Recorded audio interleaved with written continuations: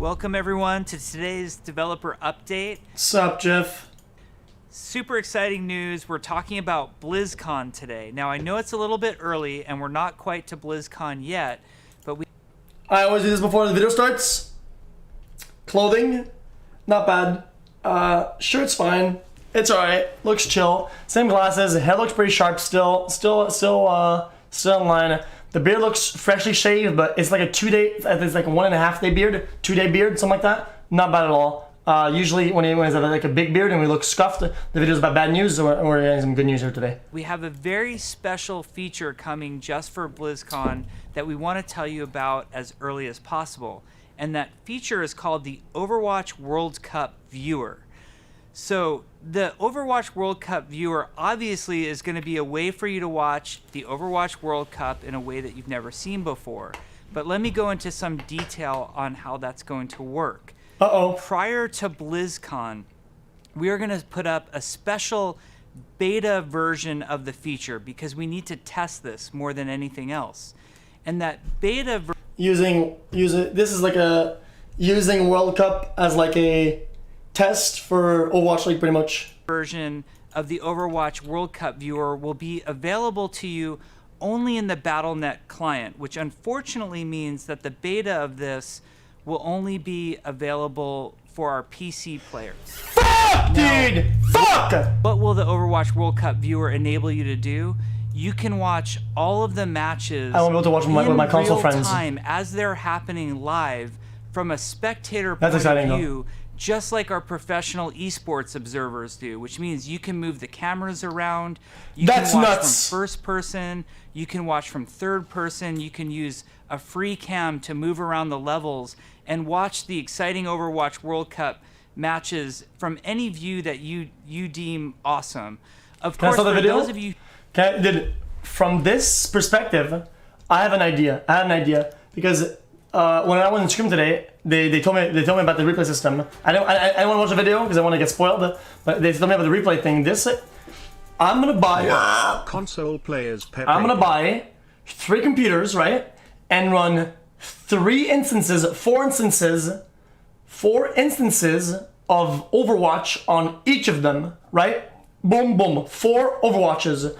And in each Overwatch, I'll record POV of every person playing the game on both sides of the games, right? And all day, it'll record the game he's playing with every single possible POV, and it'll upload it on a YouTube channel, right? It'll be 12 videos per game, right? Boom, upload. As soon as you go, right? Like 60, 70 videos per day. And look at all the views. Oh, dude, would have popped off, but where can we see this? Oh, on xQc VOD channel, boys. They go on it, right? They watch Pine's POV full time. Dude, he popped off, but he didn't do too well there. Boom, analyze all of it. And then what do, boys? We fucking smile. Money. Yeah. Like, you know, like actual money tree.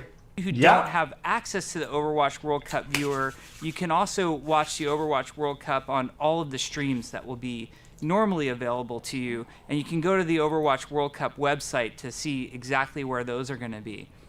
But there's more to the Overwatch World Cup Viewer than just watching the matches live.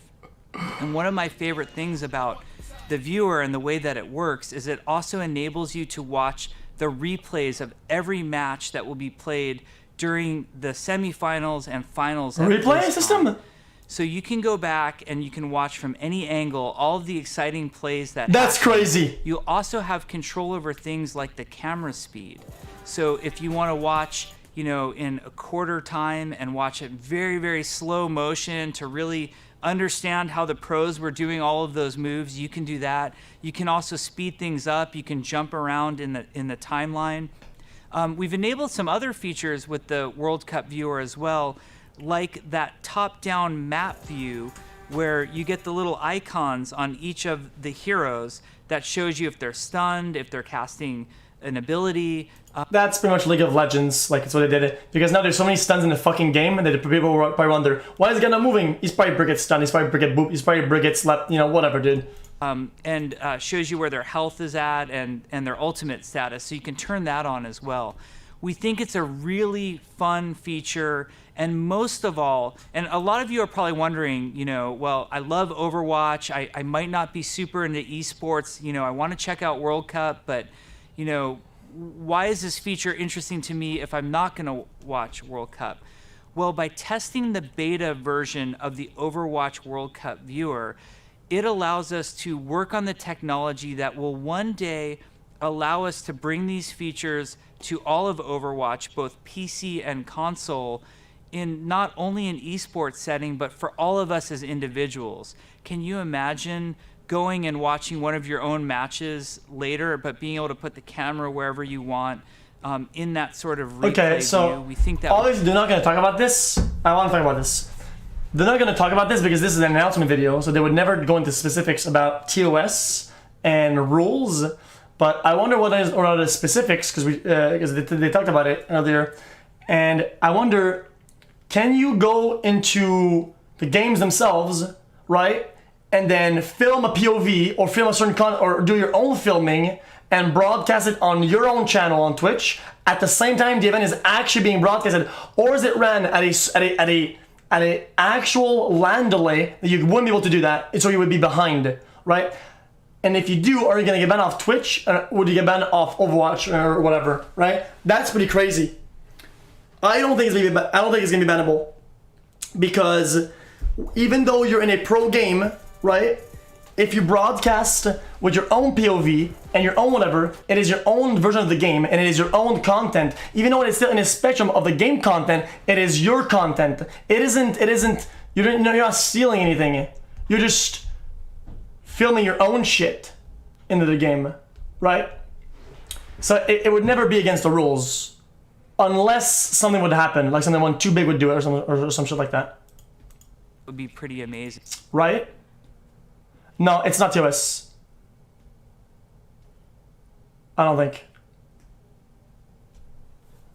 Also, it also opens up the possibilities for people to say, fuck it, this spectating is fucking dog shit. I'm gonna spectate in my own way, right? Blizzard just fired their entire spectating crew. What if people hire their own spectating crew, right? Pro players that know how to spectate and know how to watch games, right? Like pro juicers, and they wang wang woom woom, dude. Oh dude, we're just doing storytelling. Fuck off, dude. Do it on their own, and they stream it, and people are like, dude, I kind of want to watch that, man. That's kind of better than the main broadcast, right? It opens up a ton of possibilities in a positive way and a negative way. What if people don't like the fucking casters?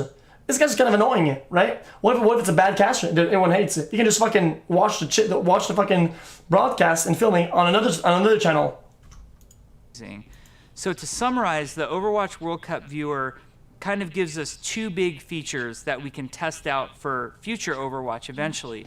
The first one is the ability to have up to millions of people watch Overwatch in a live setting directly through the game client. And the second feature is a replay feature that allows you to re-watch matches that have already happened. That's crazy. Early on, this will only be for the World Cup and will require a special version of Overwatch only available on PC. But at a later date, we're trying to use this beta to enable the technology to reach every single one of our Overwatch players. So we think that's really exciting. Now, some other BlizzCon news that I think is important to mention, and this is just in terms of setting expectations for you all. I know that a lot of you tend to get in your mind what we've done in the past, and so you anticipate what we're going to do at BlizzCon this year. And I've read a lot of this on social media where you sort of predict what's going to be announced and not announced at BlizzCon. I want to be very clear. We're sort of fucking lazy. Nothing happened. So don't go to the watch booth. Go to others. Explicitly clear that we're not announcing a new map this year at BlizzCon. So in the past, we've announced Oasis and we've announced Blizzard World. What? No new map? I already bought my ticket, yo! Yo, refund this shit! Announced at BlizzCon. No, I'm kidding, dude. To be honest, we felt like they got a little bit lost in the shuffle, both during the timing of announcing at BlizzCon and also the time at which we released them. They didn't have as big of an impact as we really wanted, and we feel like a new map is something very, very special.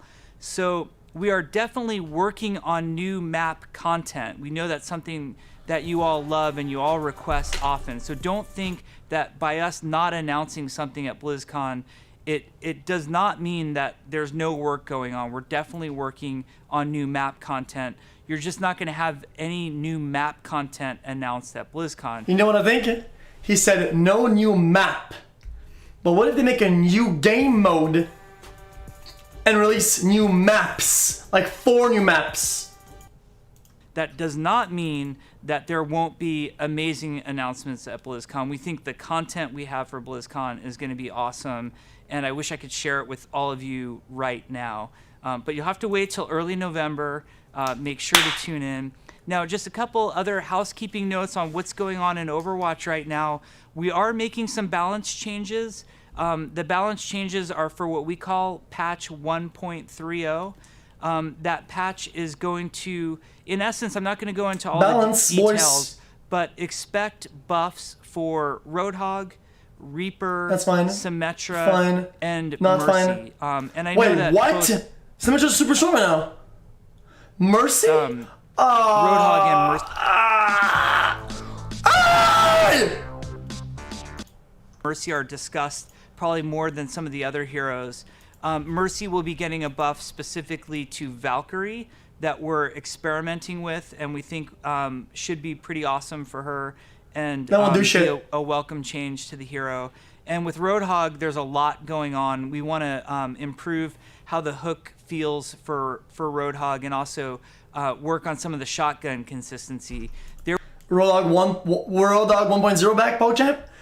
I think bloom consistency is very important because you want your shot to hits consistently, depending on how you aim all the time. You don't want it to be random, and that's just kind of retarded. What if all your pellets are sort of more to the left and you miss your shots? It's kind of stupid. There will be more details coming out. I know you probably have a It's lot of live? questions hearing that, but we will be releasing detailed patch notes on what those changes are. And as always, we'll include developer comments to explain our point of view of why we're making the changes. Whether or not the changes will make it all the way to live is yet to be seen. Of course, we'll be monitoring both PTR feedback and playing on the PTR ourselves to see if those changes are good or not.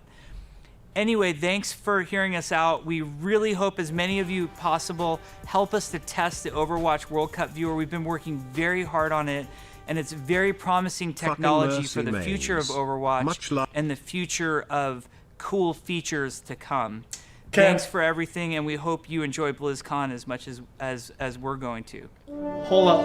Okay. Let's run a poll. Okay. This is what I want. Okay. This is what I want. Penguin. Right? This is what I want. This is what I think is gonna happen. Cinematic skins hero. I think that's about it.